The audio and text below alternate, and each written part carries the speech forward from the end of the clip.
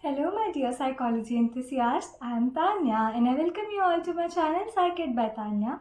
In today's session, we are going to start with a new chapter, which is Psychological Disorders, chapter number 4 of our NCERT textbooks.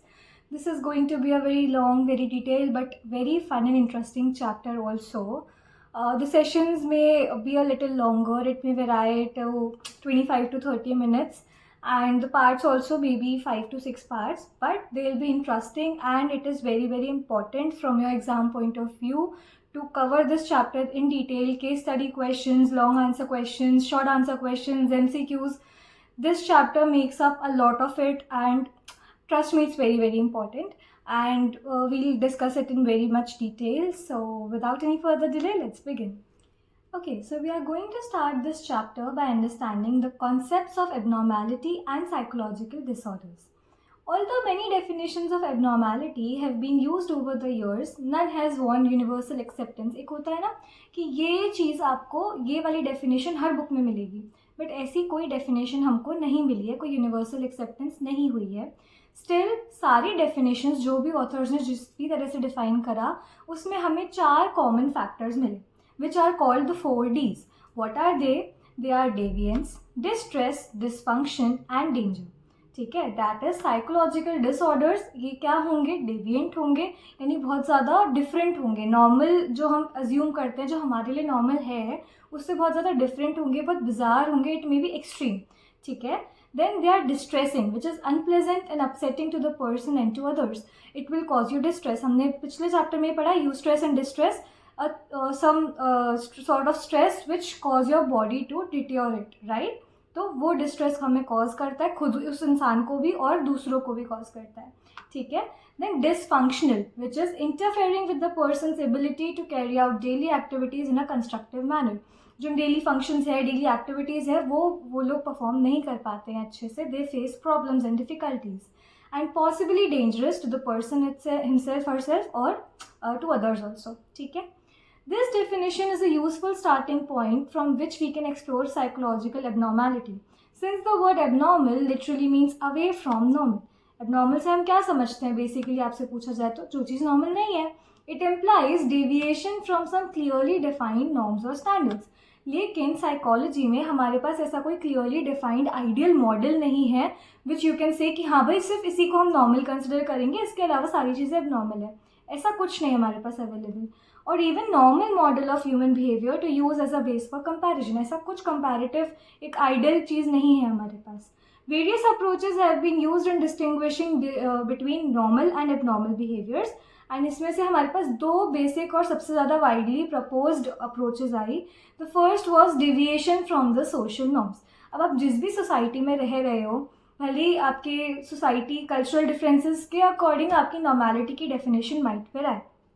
Many psychologists have stated that abnormal is simply a label that is given to a behavior which is deviant from social expectations. जो society की expectations को, उनकी उम्मीदों को, उनकी जो ideal human वाला behaviour वाला फैक्टर है उसको फुलफिल नहीं कर रहा, वो क्या है? एबनॉर्मल है. Abnormal behavior, thoughts and emotions are those that differ markedly from a society's idea of proper functioning. Each society has its norms, ये हमने पढ़ा है, which are stated or unstated rules for proper conduct. कि this is how you have to behave in a certain group, in a certain society. ये हमें पता है. Behaviors, thoughts and emotions that break societal norms are called abnormal. ऐसे thoughts, ऐसे emotions, ऐसे actions, ऐसा behavior जो उन norms के against जाता है, वो abnormal कहा जाता है. अब सोसाइटी के नॉर्म्स खुद ही अपने कल्चर से क्या बोलते हैं, इस्टेब्लिश होते हैं, एंड दैट सोसाइटी का norm also keeps on shifting with time. ठीक है. Its history, values, institutions, habits, skills, technology and arts, इन सब से सोसाइटी के नॉर्म शेप होते हैं. Thus, a society whose cultural values are competition and assertiveness may accept aggressive behavior. दे में accept aggressive behaviour, लेकिन जहाँ पे एम्फेसिस क्या है, फैमिली वैल्यूज़ पर है, उनको एग्रेसिव बिहेवियर क्या लगेगा? अनएक्सेप्टेबल लगेगा. ठीक है. अगर मेरी सोसाइटी का नॉर्म ही यही है, उनके लिए नॉर्मैलिटी ही यही है कि मैं अग्रेसिव रहूँ and I should fight, I should be achievement oriented, I should be individualistic, मेरे को लोगों से मतलब नहीं है, तो वो क्या होंगे? They will be okay with my behaviour. But the people who cherish family values, emotions and understanding and commitment, वो लोगों को क्या लगेगा, this person is not normal, there is some problem, right? A society's values may change over time, obviously, causing its view of what is psychologically abnormal to change as well. ठीक है, अब मेरी अगर वैल्यूज चेंज हो रही है तो मेरे लिए नॉर्मैलिटी की डेफिनेशन भी चेंज होती जाएगी. Serious questions have been raised about this definition. It is based on the assumption that socially accepted behavior is not normal and that normality is nothing more than conformity to social norms. ठीक है. Then come second approach जो abnormal behaviour को क्या मानती है, मैल adaptive. आपको adapt environment से adapt करने में it causes you difficulty. Many psychologists believe that the best criteria for determining the normality of behavior is not whether society accepts it, but whether it fosters the well-being of the individual and eventually to the group or society to which or she or he belongs. सही बात है, अगर आप ठीक हो उस चीज़ से, आपको कोई फिजिकल, मेंटल, इमोशनल इफेक्ट नहीं हो रहा है, then it might be normal, right? Well-being is not simply maintenance and survival, but also growth and fulfillment. There should be something fostering you, increasing in you, and enhancing in you. That is the actualization of potential, which you must have studied in Maslow's need hierarchy theory. Chapter 2 में discuss किया था. According to this criteria, conforming behavior can be seen as abnormal if it's maladaptive. Basically अगर पूरी दुनिया कुछ गलत कर रही है और उससे तुम्हें बहुत प्रॉब्लम हो रही है तो दैट इज़ अबनॉर्मल, राइट? अगर कोई इंसान चोरी कर कर खुश है, ठीक है, मतलब this is very vague example, इससे रिलेटेड नहीं है, but that does not mean तुम भी उससे खुश रहोगे, right? You can not adapt with this thing अपनी सोसाइटी में रहकर, है ना? तो वेराई करता है. If it interferes with your optimal functioning, अगर आपको हेल्प नहीं कर रहा है, आप प्रॉपरली उसके वजह से लाइफ में फंक्शन नहीं कर पा रहे हो एंड आपकी ग्रोथ के साथ इंटरफेयर कर रहा है, then that is not normal, it is abnormal. For example, a student in the class who is not asking any doubts, उसको बहुत सारी प्रॉब्लम्स है बट वो नहीं पूछ रहा है, तो इज़ दिस नॉर्मल? नहीं, it is not normal. Describing behaviour as maladaptive implies that a problem exists. It also suggests that vulnerability in the individual, inability to cope, or exceptional stress of the environment have led to this place and led to this problem. ठीक है? If you talk to people around, you will see that they have vague ideas about the psychological disorders and are characterized by superstition, ignorance and fear. कुछ अलग सी ना image बना रखी. Psychology भी पूछोगे ना, व्हाट इज साइकोलॉजी, अच्छा you are a psychology student, means you read mind. पता नहीं क्या इमेज है, बहुत स्टीरियोटिपिकल हमने मतलब सोसाइटी में देखा है साइकोलॉजी से रिलेटेड, साइकोलॉजिकल डिसऑर्डर से रिलेटेड व्यूज़. ठीक है, they characterise it with superstition, ignorance है, फियर है कि ये बताऊंगा तो कैसा लगेगा. लोग जो फेस कर रहे हैं प्रॉब्लम है, उनको डाउटफुल है कि maybe there something wrong, वो भी अपने आप को बोलने में आगे उठकर नहीं फील करते कि if it's right, because they will know कि उनको फिर साइडलाइन कर दिया जाएगा सोसाइटी से, they will not be considered normal, right? The first approach. Again, it is commonly believed that psychological disorder is something to be ashamed of. You should not have it. But it's not in your hands, right? The stigma attached to the mental illness means that people are hesitant to consult a doctor or psychologist because they are ashamed of their problems. Actually, psychological disorder, which indicates a failure in adaptation, should be viewed as any other illness. बीमार होते हो, अगर fever चढ़ता है तो ऐसे थोड़ी ना लोग तुमको एकदम आइसोलेट कर देते हैं, नहीं. But if you tell somebody कि मेरे को ये प्रॉब्लम फेस हो रही है, मेरे को ये psychological problem, emotional problem face हो रही है, they will tend to limit themselves interacting with you, right? Then comes the historical background, and यहाँ से बहुत सारे questions बनते हैं. कोई भी पर्टिकुलर अप्रोच समझाने के लिए बोल देते हैं, पर्टिकुलर टाइमलाइन बताने के लिए बोल देते हैं, पूरा ही एक्सप्लेन करने के लिए बोल देते हैं. To understand psychological disorders, we would require a brief historical account of how these disorders have been viewed over the ages. When we study the history of abnormal psychology, we find that certain theories have occurred over and over again. अलग अलग formulations होकर redefine होकर वो चीज़ बार बार आई है, ठीक है, accept हुई है सोसाइटी में. One ancient theory that is still encountered today, over and over again, holds that abnormal behavior can be explained by the operation of supernatural and magical forces. गाँव में तो अभी भी यही चीज़ एनकाउंटर करते हो आप, राइट? कि कुछ तो सुपर नेचुरल है, कोई भूत प्रेत है, कोई मतलब ऐसे शैतान है जिसने वश में ले लिया है, लाइक, है ना, चुड़ैल है. Exorcism, that is removing the evil that resides in the individual through counter magic and prayer, is still commonly used. Movie भी वो है exorcism, देखी हो तो अगर, है ना, removing the evil that resides in an individual through chantings and prayers and कुछ ऐसे मंत्र वंत्र फूक कर. In many societies, the shaman or medicine man, जिसको ओझा भी कहते हैं, is a person who can contact with the supernatural forces and एक मीडियम बन के, जैसे मान लो some person is facing difficulty and वो ओझा के पास जाता है, तो वो ओझा जो है it acts as a medium between the supernatural force and that person कि क्यों वो उसको ट्रबल कर रहा है या क्या चाहता है उससे, ठीक है, जो हम मूवीज़ में देखते हैं usually, that what do you want, through which spirits communicate with human beings. Through the shaman, through the shaman, an afflicted person can learn which spirits are responsible for her or his problems and what needs to be done to appease them. ये चीज़ थी जो पहले तो बहुत ज़्यादा चलती थी, अभी थोड़ी सी अवेयरनेस आई है, बट स्टिल थोड़े से रूरल एरियाज़ में या थोड़ा जहाँ पर इतनी अवेयरनेस नहीं है उन एरियाज़ में इसको अभी भी माना जाता है. And may be urban areas में भी सुपरस्टिशन तो हर जगह आपको मिलेगा ना. A recurring theme in the history of abnormal psychology is the belief that individuals behave strangely because their bodies and their brains are not working properly. Then second चीज़ क्या आई कि body और ब्रेन में कुछ तो माल फंक्शनिंग है, कुछ तो ठीक से काम नहीं कर रहा है. इसको हमने बायोलॉजिकल या ऑर्गेनिक अप्रोच बोला क्योंकि बॉडी रिलेटेड है, ठीक है. In the modern era there is evidence that body and brain processes have been linked to many types of maladaptive behaviour. For certain types of disorders, correcting these defective biological processes result in improved functioning. May happen. This is a sort of good approach, right? Another approach is the psychological approach. इस point पे क्या बोला कि there is some sort of inadequacy in the way an individual thinks, feels and perceives about the world. क्या सोचता है, दुनिया को कैसे देखता है, ठीक है. All of these three perspectives, supernatural, biological and psychological, have recurred throughout the history of Western civilizations. In the ancient Western world, it was physicians of ancient Greece such as Hippocrates, Socrates and in particular Plato who developed the organismic approach then. उन्होंने क्या बोला, and they viewed disturbed behavior as arising out of conflicts between emotion and reason. फिर gallon आए, उन्होंने emphasize करा four humors पे. क्या चीज़? According to him, the material world was made up of four elements: earth, air, fire and water. ठीक है, जिससे हमारे पूरा धरती पर जो भी चीज़ें हैं वो बनी है, वो ये मानते थे, ठीक है. कौन? एक सेकेंड, हाँ, गैलन, ठीक है. नेक्स्ट अप्रोच है, तो उन्होंने बोला ह्यूमन बॉडी भी बॉडी फ्लूइड से बनी है. ऐसे ही चार क्या है वो? Blood, back bile, yellow bile and flame. Each of these fluids was seen to be responsible for different temperament. और इसमें अगर कुछ imbalance आपको मिलेगा तो आपको कुछ ना कुछ disorders आप face कर रहे होगे. It may be a cause for various disorders. This is similar to the Indian notion of three doshas, which is Vat, Pitta and Kapha. हम भी हमारे Indian notions में भी लिखा है, अगर there is imbalance in Vat, Pitta and Kapha, then you might face abnormalities and you might face some disorder in your body. ठीक है, in your body, in your mind, in your temperament basically, ठीक है.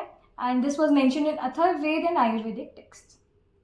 In the Middle Ages, demonology and superstition वापस से इसके पास थोड़ी एक enhanced वो मिली, fame मिली, ठीक है. Renewed importance in the explanation of abnormal behavior.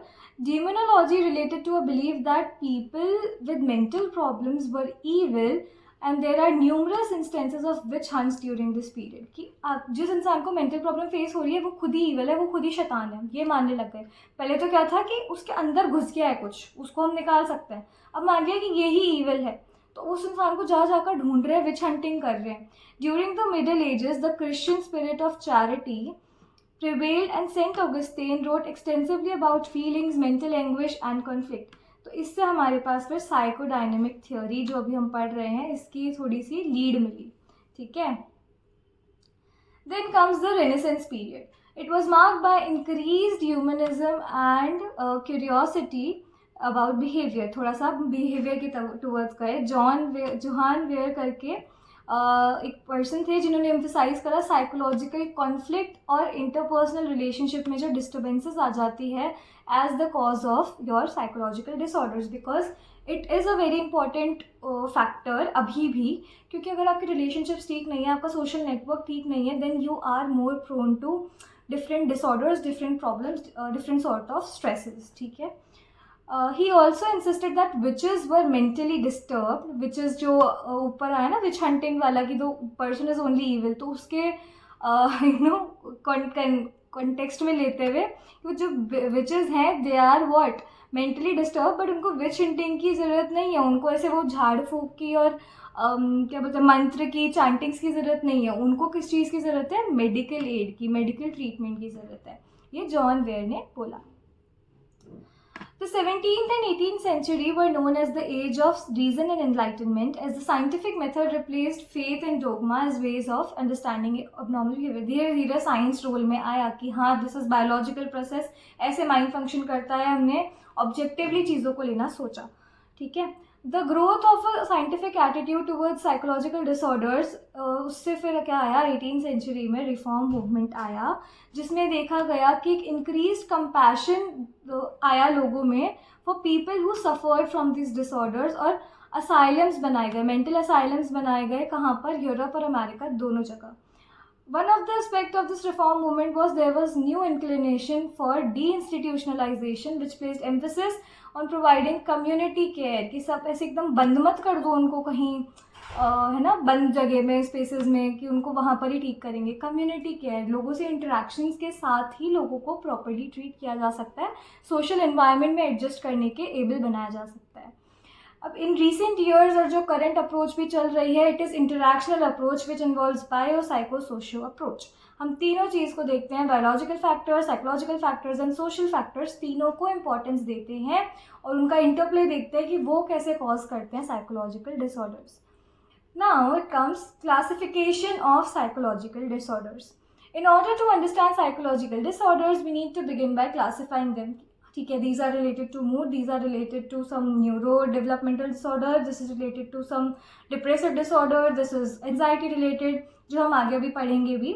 But ऐसे करके क्लासिफिकेशंस हुई, और वो क्लासिफिकेशंस क्यों हुई, क्योंकि साइकोलॉजिस्ट, साइकेट्रिस्ट जो वर्क कर रहे हैं आपस में, सोशल वर्कर्स जो काम कर रहे हैं, उनको आपस में कम्युनिकेट करने में हेल्प हो। अब मैंने कुछ और डिसऑर्डर, मान लो मैं एक डिसऑर्डर को कुछ और तरह से टर्म कर रही हूँ, कुछ और क्लब कर रही हूँ, कुछ और कर रही हूँ, तो कुछ यूनिफॉर्मिटी नहीं आएगी ना। मेरे को अगर कोई चीज़ में स्पेशलाइजेशन नहीं है and I want to recommend किसी और को कि यू कम अंडर हिम और हर नाउ, ठीक है, कि they will proceed your treatment further, तो क्या मैं वो चीज़ प्रॉपरली डिफाइन कर पाऊँगी, डिटरमाइन कर पाऊँगी, क्लैशेस नहीं हो जाएंगे।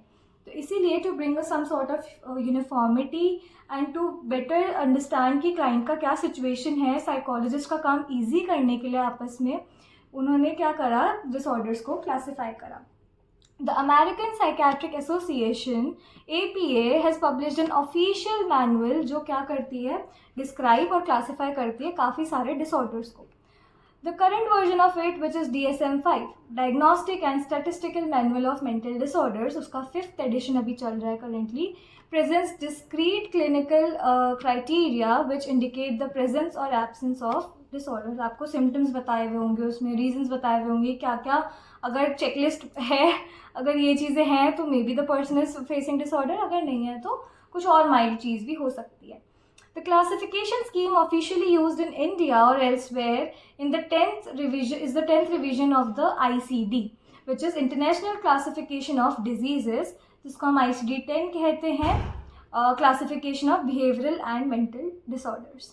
It was prepared by World Health Organization. For each disorder, a description of main symptoms, clinical features is given, और other associated features के अच्छा ये नहीं है तो ऐसा भी कुछ related हो सकता है, पूरा सब प्रोवाइडेड है, डायग्नोस कैसे करना है इसकी पूरी गाइडलाइंस प्रोवाइडेड है, ठीक है।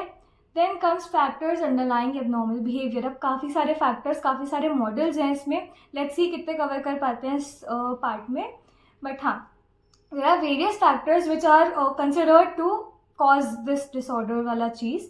In order to understand something is complex and as complex as abnormal behavior, psychologists अलग अलग approaches use करते हैं। These approaches also emphasize the role of different factors such as biological, psychological and interpersonal and socio-cultural factors. ऐसे करके factors हैं। अब traits का भी ध्यान दिया, each approach is used today emphasizes different aspects of human behavior and explains and treats abnormality उस particular aspect में, ठीक है। Biological factors, they influence all aspects of our behavior, ठीक है। A wide range of biological factors such as faulty genes, endocrine imbalances, malnutrition, injuries and other conditions may interfere with normal development and might lead to some sort of disorder, ठीक है। These factors may be potential causes of abnormal behavior. हो सकता है कि इसकी वजह से abnormality देखी जा रही है किसी इंसान में. We have already come across the biological model. According to this model, a biological factors and biological model. ये चीज़ ध्यान रखना. According to this model, abnormal behavior has a biochemical and physiological basis. इसमें क्या होता है? Biological researchers have found that psychological disorders are often related to the transmission of problems in the transmission of messages from one neuron to another. कुछ ना कुछ आपके signals पहुंचने में कुछ प्रॉब्लम है, कोई चीज़ अच्छे से फंक्शन नहीं कर रही है, कोई न्यूरॉन की ट्रांसमिशन में, मैसेज ट्रांसमिशन में प्रॉब्लम है. वी हैव रेड कि there is a tiny space called synapse जो एक न्यूरॉन को दूसरे न्यूरॉन से सेपरेट करती है एंड उन केमिकल इम्पल्सेस, इलेक्ट्रिकल इम्पल्सेस को पास ऑन करने में हेल्प करती है. राइट, 10th में पढ़ा है हमने, बायो में सबने, 11th में भी पढ़ा होगा जिन्होंने ली थी. ठीक है, the message must move across that space. When an electrical impulse reaches a neuron ending, the nerve ending is stimulated to release chemical called neurotransmitter. Studies indicate that abnormal activity by certain neurotransmitters can lead to this psychological disorders. अब anxiety disorders को link करा है हमने किससे? By this gamma aminobutyric acid which is GABA की इसकी लो activity है अगर, इसकी लो एक्टिविटी है अगर, तो मतलब क्या होगा? डिसऑर्डर होगा. ये क्या हो गया? एक सेकेंड, हाँ ऐसे बना लेना, एरोज बना लेना कि गाबा की लो तो एंजाइटी डिसऑर्डर्स का कॉज हो गया. ठीक है, देन स्किज़ोफ्रेनिया की एक्सेसिव डोपामीन से, डोपामीन का क्या है? एक्सेस है, तो अपवर्ड फेसिंग एरो. अरे don't move it, let it be. Why are they doing this? छोड़ो. ठीक है, and depression to low activity of serotonin. ठीक है,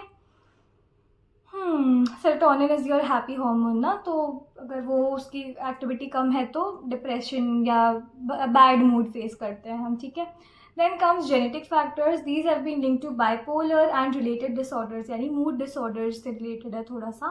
Schizophrenia, intellectual disability and other psychological disorders. Researchers have not, however, been able to identify the specific genes that are the culprits. कुछ ऐसा specific नहीं है कि जैसे genes में ये available है आपके तो आपको ये tendency होगी इन disorders में आने की. नहीं, it appears that in most cases no single gene is responsible for a particular behavior or a psychological disorder. No single gene is responsible. काफ़ी अलग अलग हो सकते हैं. In fact, many genes may combine to help bring that abnormality. ठीक है, bring about our various behaviors and emotional reactions, functional भी और dysfunctional भी. ये नहीं कि सिर्फ बुरे ही काफ़ी सारे genes cause करते हैं. जो भी एक्शन कर रहे हो या बैड एक्शन कर रहे हो या फंक्शन मैल फंक्शन कर रहे हो, वो सब काफ़ी सारे जीन्स रोल प्ले करते हैं to bring about that function. ठीक है, then comes although there is sound evidence to believe that genetic और biochemical factors are involved in mental disorders as diverse as schizophrenia, depression and anxiety, but biology alone can not account for most mental disorders. इसलिए काय की need आती है? Psychological approach की. तो अब psychological model क्या कहता है? It provides psychological explanation for mental disorders. These models maintain that psychological and interpersonal factors have a significant role to play in this abnormal behavior. These factors include maternal deprivation, यानी कि हो सकता है आपने बचपन में सेपरेट हो गए हो अपनी मदर से और आपको लैक ऑफ लव और अफेक्शन फेस हुआ हो, you have not felt that warmth. तो अलग अलग प्रॉब्लम हो सकती है. Faulty parent child relationship which is again disturbed interpersonal relationships, right.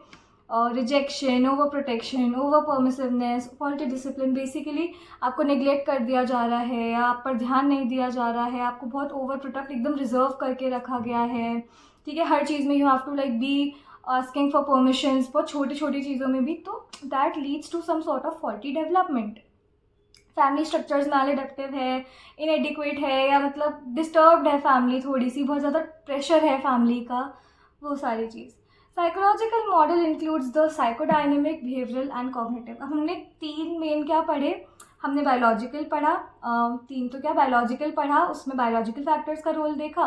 Then we read about psychological. सब चीज़ बायोलॉजी से एक्सप्लेन नहीं हो सकती इसलिए.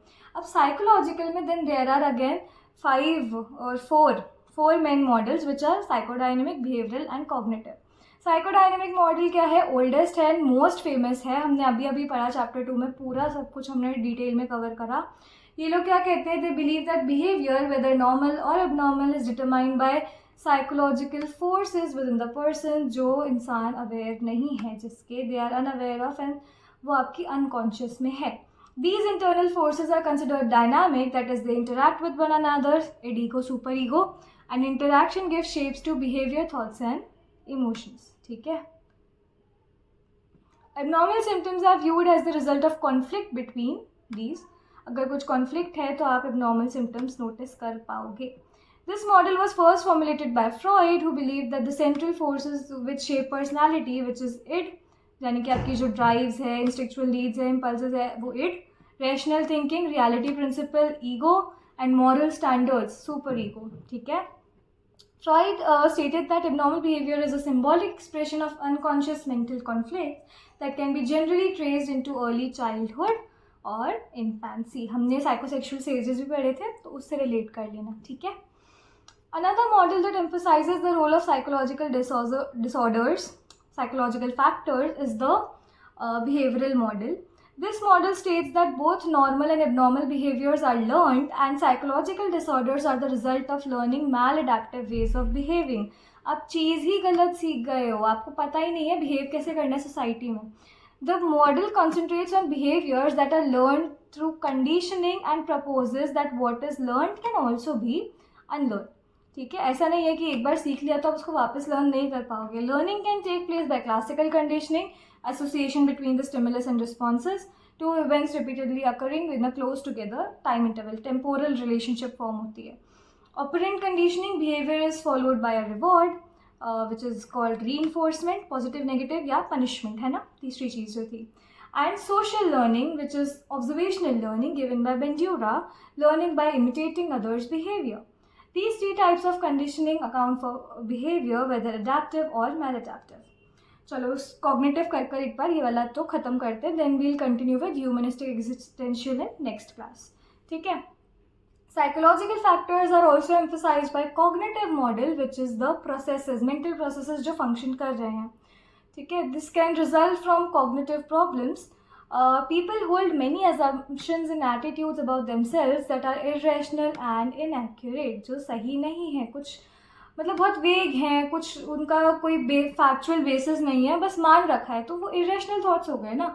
They are disturbing what actually should be there in your mind, है ना.